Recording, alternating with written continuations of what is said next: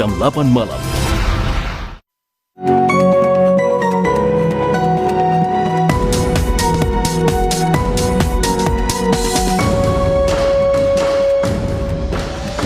Singapura dapat komitmen pelaburan $13 bilion di tengah-tengah pandemik COVID-19.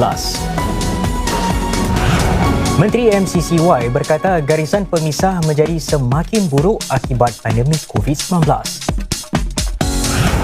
Masjid-masjid seluruh Singapura mula buat persiapan untuk buka semula pintu.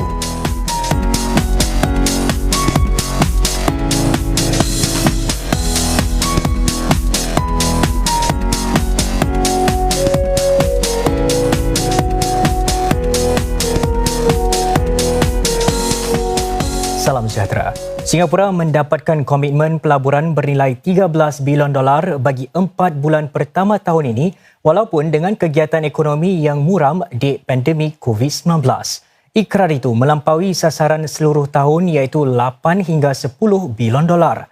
Menteri Perdagangan dan Perusahaan Chan Chun Sing memberikan perangkaan itu dalam satu wawancara hari ini sambil menggesa perniagaan untuk merubah dan menggajikan pekerja bagi jangka masa panjang. Syarikat besar teknologi Micron menyasarkan untuk menambah 1,500 pekerjaan di sini dalam tempoh beberapa tahun nanti.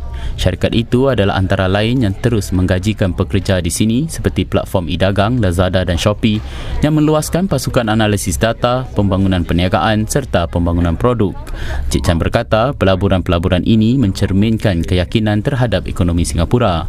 Walaupun begitu, Encik Chan menambah bahawa Singapura perlu berusaha lebih dalam menyediakan diri bagi masa depan dan satu cara adalah melalui latihan dan menggajikan bakat buat memenuhi permintaan masa depan. Encik Chan juga berkata perniagaan perlu lihat bagaimana untuk meneruskan operasi dalam situasi di mana virus ini menjadi sebahagian kehidupan seharian. Selain pendekatan jaga jarak selamat, sektor-sektor seperti F&B contohnya perlu melibatkan pelanggan secara digital atau mengurangkan masa bagi pelanggan yang makan di sana. Bagi sektor lain pula, mungkin mereka perlu mencuba model perniagaan yang lain pula.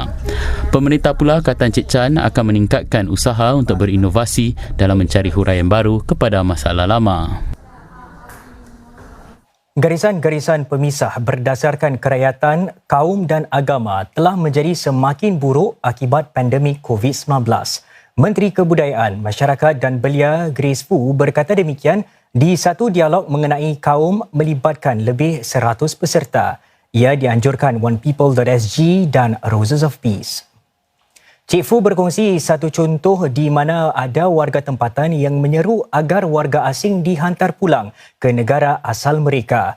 Ini selepas tersebar foto-foto di media sosial menunjukkan orang ramai berkumpul di Robertson Quay tanpa mematuhi penjarakan selamat.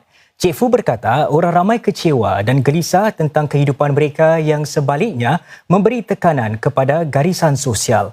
Akur akan garis pemisah antara golongan mewah dan miskin, Cik Fu menambah ia menyebabkan kesan berat sebelah.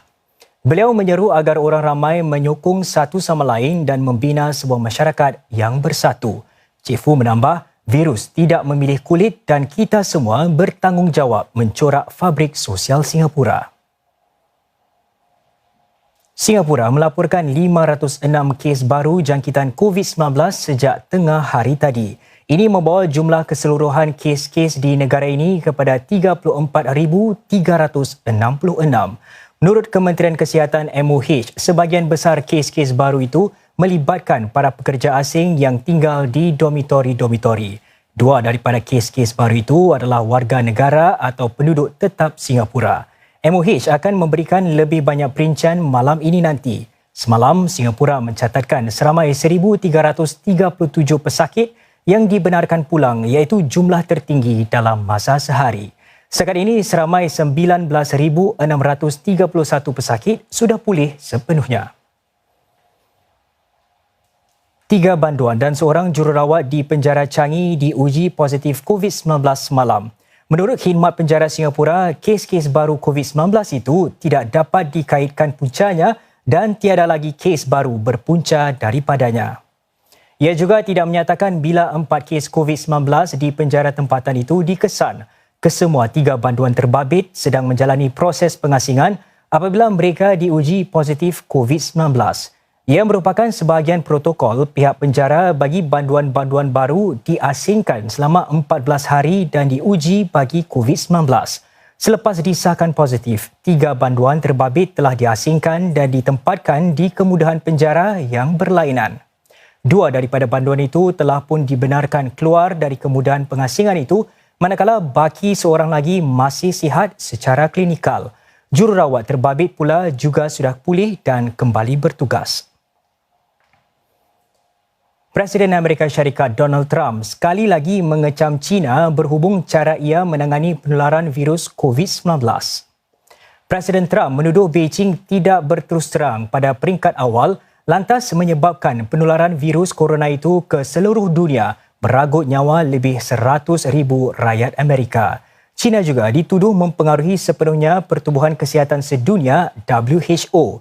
Dengan itu, beliau dengan rasminya menamatkan hubungan dengan badan dunia itu dan mengalihkan dana yang sebelum ini diperuntukkan buat WHO kepada keperluan kesihatan awam yang lebih mendesak di merata dunia. Amerika Syarikat adalah penyumbang dana terbesar kepada WHO dengan menyalurkan sekurang-kurangnya $400 juta Amerika pada tahun lalu. Bantahan ganas merebak di sekurang-kurangnya 20 wilayah Amerika Syarikat buat malam keempat berturut-turut. Tunjuk perasaan dilancarkan sebagai membantah kekejaman polis atas kematian seorang lelaki kulit hitam pada Isnin lalu.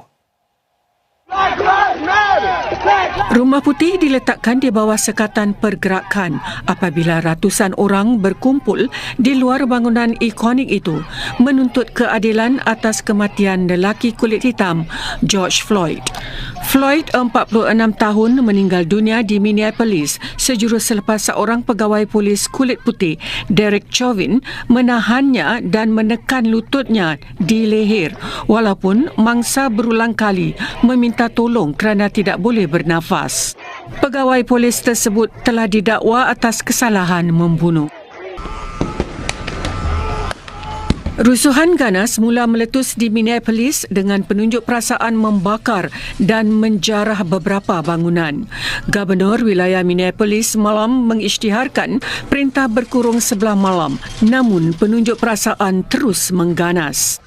Insiden kekejaman polis itu turut menyebabkan rusuhan tercetus di bandar-bandar raya besar Amerika, termasuk New York dan Los Angeles, menyaksikan banyak kerosakan berlaku. Beberapa pegawai polis dilaporkan cedera selepas diserang dengan botol dan batu. Ikuti nanti alasan PM Malaysia menggugurkan Dr. Mahathir dan 4 lagi bekas anggota partinya. Juga selepas ini, keputusan Kerajaan Arab Saudi membuka semula Masjid Nabawi.